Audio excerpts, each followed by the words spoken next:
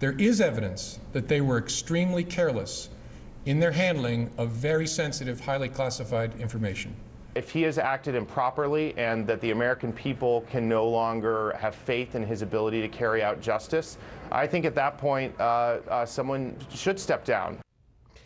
Hillary Clinton's former campaign manager questioning whether FBI Director James Comey violated FBI regulations in being so public about the Clinton email investigation. This after the Justice Department's Inspector General announced he'll review Comey's actions. And we're back now with the panel. Well, Bob, as someone who's had a lot of dealings with the FBI over the last 45 years, did Comey violate FBI regulations in going so public? And frankly, should he step down? Well, I mean, he's got almost no friends right now. Lots of people are calling for his head.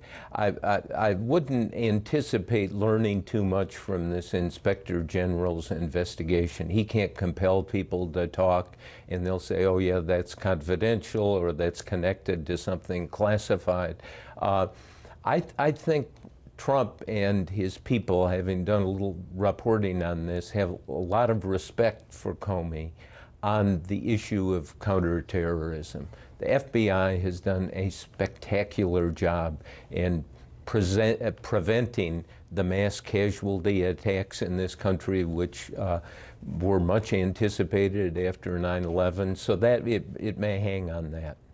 We ask you for questions for the panel, and we got a bunch like this one from Lillian Murphy on Twitter.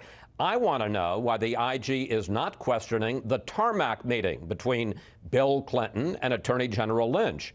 Lisa, how do you answer Lillian? I certainly agree. I think that should be under investigation. I'm glad to find as well that they will be looking at the FBI Andrew McCabe, whose wife was a recipient of money from one of the FBI individuals from Terry McAuliffe, who's closely connected to the Clinton who was the governor campaign. of Virginia and governor gave a lot of money to the wife of who she was running for office. Exactly. And I think FBI Director Comey was set up to fail with all of this, because any decision he had made from the start would have been met with extreme criticism. If he had recommended an indictment against Hillary Clinton, can you imagine how that would have gone over in this country? And of course, Loretta Lynch tied his hands by by meeting with President Bill Clinton on the tarmac of that plane. And I think this is a continued scapegoating from the left. And if they want to look for reasons why Hillary Clinton lost, look no further than the fact that they elected someone who was under investigation by the FBI to begin with, or the fact that she spent more money seeking one electoral vote in Omaha, Nebraska on TV than Michigan and Wisconsin combined. Almost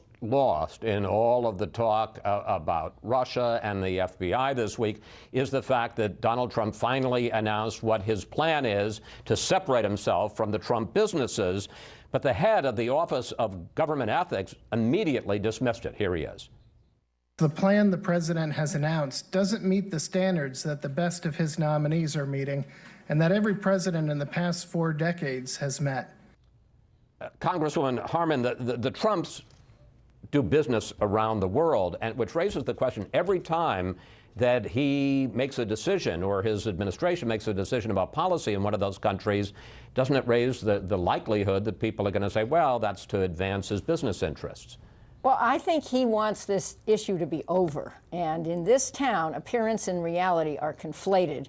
And I think he could do more. I'm sure Jerry has some specific ideas to stop this story. I just want to say a couple words about Comey. He certainly had my admiration for intervening in former Attorney General Ashcroft's hospital room to block a Bush administration effort to ratify or renew some surveillance standards against the standard legal procedure.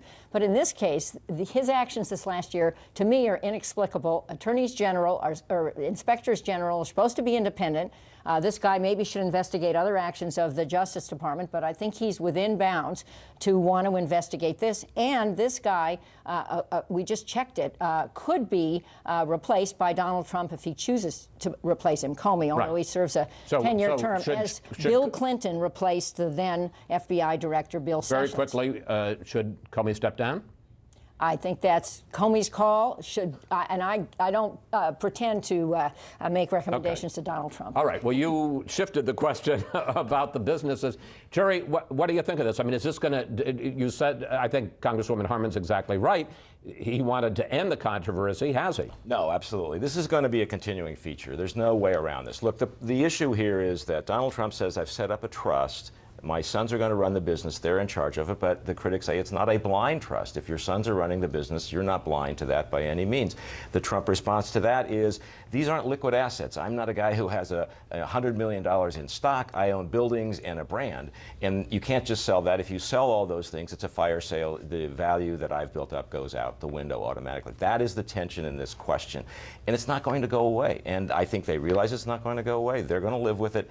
And everybody in town is going to have to deal with questions we haven't had to deal with. Is there before. something reasonably that he could have done? I mean, as somebody pointed out, he can't unknow the fact that he owns the Trump Tower, or that, you know, unknow whether it still is in his property, his portfolio or not. What could he reasonably have done? I think he could have legally separated himself from the Trump organizations more than he has, but he hasn't done that, and so, as I said, we're going to have to deal with that. I think the other option would have been to take his family entirely out of the ownership and leadership of the company, but that wasn't going to happen. This is the Trump family, and so they weren't going to go there. And I kind of wonder when he says he's not going to talk to his sons about the business. I'm thinking, boy, that's going to be an awkward holiday, huh?